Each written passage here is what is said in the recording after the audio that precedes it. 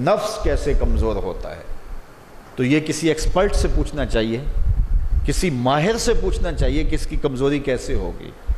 ہماری بدنی امراض کے لیے یا صحت کے لیے ہم جو بدن کے ماہرین ہیں، طبی ماہرین ہیں، ان سے پوچھتے ہیں۔ اب روحانی ماہرین سے پوچھیں کہ یہ نفس بڑا تگڑا ہے، اس کو کیسے صحیح کرنا ہے۔ علامہ اقبال علیہ رحمہ جس شخص کو اپنا مرشد مانتے ہیں اور کہتے ہیں میری اندر کی بیماریوں کا علاج جس شخص نے کیا ہے وہ مولا جلال الدین رومی ہے۔ تو جلال الدین رومی ایک معالج کا پتہ دیتے ہیں۔ بعض اوقات ہمیں کوئی مسئلہ ہوتا ہے تو ہم کسی اپنے ڈاکٹر دوست سے پوچھتے ہیں کہ یار آپ کی نظر میں کون سا اچھا ڈاکٹر ہے جو ہمارے اس مرض کے لیے ہو، کہ ڈاکٹر آگے جس ڈاکٹر کا پتہ بتائے گا پھر وہ باکمال ہی ہوگا نا۔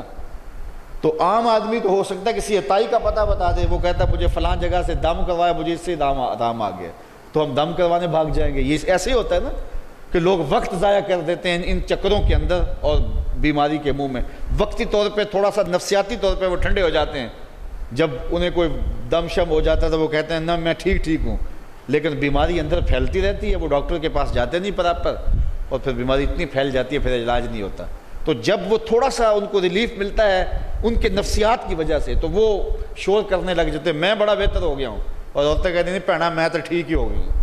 تو وہ نتیجہ کیا ہوتا ہے کہ بیماریاں پھیلتی ہیں اور باقی لوگ بھی اس طرح چل پڑتے ہیں، تو یہ ایک عجیب رنگ اور عجیب ڈھنگ ہوتا ہے۔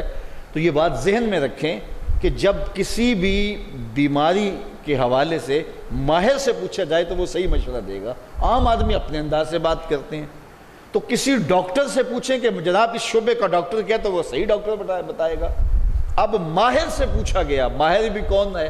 جس کو اقبال نے بھی اپنا مرشد مانا، اور اقبال نے جس کو اپنا مرشد مانا وہ مرشد ہی ہوگا نا۔ اللہ اکبر۔ تو وہ اقبال فرماتے ہیں ایک مرشد کا پتہ دیتے ہیں علامہ رومی کا، اور رومی آگے ایک مرشد کا پتہ دیتے ہیں۔ ہفت شہر عشق را عطار گشت ما ہنوز اندر خم یک کوچام۔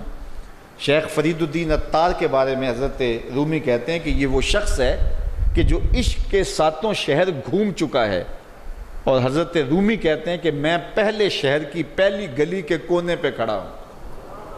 اب شیخ فرید الدین کس مرتبے کے شخص ہیں؟ تو ان سے پوچھئے کہ آپ ماہر ہیں، اقبال کا مرشد بھی آپ کی دہلیز پہ کھڑا ہے، تو آپ بتائیے یہ نفس کا علاج کیا ہو؟ تو شیخ فرید الدین فرماتے ہیں آؤ میں تمہیں بتاؤں اس نفس کا علاج کیسے کرنا ہے، چونکہ یہ نفس کا علاج ان لوگوں کے پاس ہے۔ باج فقیراں کسے نہیں ماریا، باہو ظالم چور اندر دا ہو، یہ ان لوگوں کا ہی کام ہے کہ اس کا علاج کریں۔ تو شیخ فرید الدین فرماتے ہیں نفس نتواں کش الا باسے چیز بات گوئم یادگیرش اے عزیز۔ نفس نہیں مرتا، لیکن اگر تیرے پاس 3 اسلحے موجود ہیں تو پھر اس کو قابو کرنا مشکل بھی نہیں ہے۔ وہ 3 اسلحے کون سے ہیں ذرا سن لیجئے، اور اس نیت سے سنیے کہ ہم اس ماہ صیام میں اس پر عمل کریں گے اور اپنے نفس پہ قابو پانے کی کوشش کریں گے۔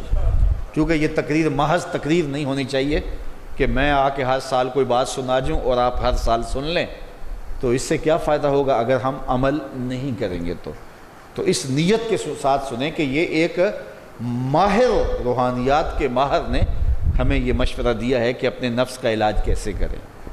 تو کہتے ہیں نفس نہیں مرتا مگر 3 اسلحے ہوں تو ٹھہرتا بھی نہیں ہے۔ پہلا اسلحہ خنجر خاموشی، خاموشی کا خنجر۔ دوسری بات شمشیر جو، بھوک کی تلوار۔ اور تیسری بات نیزائے تنہائی اور ترک ہجوم، اور ایک تنہائی کا نیزہ۔ کہتے ہیں 3 اسلحے اگر تمہارے پاس ہیں تو یہ نفس قابو میں آ جائے گا۔ خاموشی کا خنجر، بھوک کی تلوار اور تنہائی کا نیزہ۔ ایک دشمن بندھا ہوا ہے، 3 اسلحے لے کے دوسرے دشمن پہ ٹوٹ پڑو۔ ماہ صیام میں بھوک تو پہلے ہی کاٹنی ہے، لہٰذا یہ جو ہے وہ بھوک کا ہتھیار بھی اس کے اوپر جو ہے وہ کارگر ہو گیا۔ اب خاموشی بھی اختیار کریں، کوئی فضول بات اپنی زبان پر ادا نہ ہونے دیں۔ میرے حضور نے فرمایا اگر تم سے کوئی الجھے، کوئی لڑے، کوئی بحث کرے تو تم اسے کہہ دو انی صائمن، جا بابا معاف کر میں نے روزہ رکھا ہوا ہے۔ تو اس طرح اس کو ٹال دو کہ جو ہے وہ انی صائم میں روزے سے ہوں، میں نہیں لڑنا چاہتا، میں نہیں کوئی فضول بات کرنا چاہتا، میں کوئی بے مقصد بات نہیں کرنا چاہتا. لیکن فرمایا جو جھوٹ اور جھوٹے اقوال اور اعمال نہیں چھوڑتا ہے اس کے بھوکے اور پیاسا رہنے کی اللہ کو کوئی ضرورت نہیں ہے. تو خاموشی اختیار کی جائے. اور تیسری چیز العافیت فی العزلہ، تنہائی میں عافیت ہے، اور یہ ہمیں اختیار کرنا چاہیے.